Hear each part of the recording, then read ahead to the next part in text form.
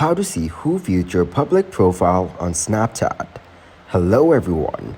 In this video, I will show you how to see who viewed your public profile on Snapchat. Start by opening up the Snapchat application on your mobile device. Once you're in the app, locate and tap on your profile.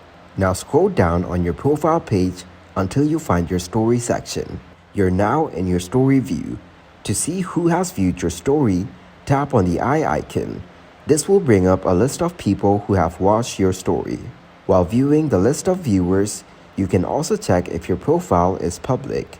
If your profile is public, it means that anyone on Snapchat can view your story and interact with it.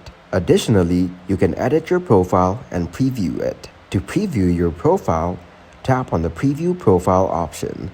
This will show you how your profile appears to others. Here, you can find more options and settings. Thank you guys for watching this video. Hope you got some value. Make sure to like the video and subscribe to the channel to get notified for new videos.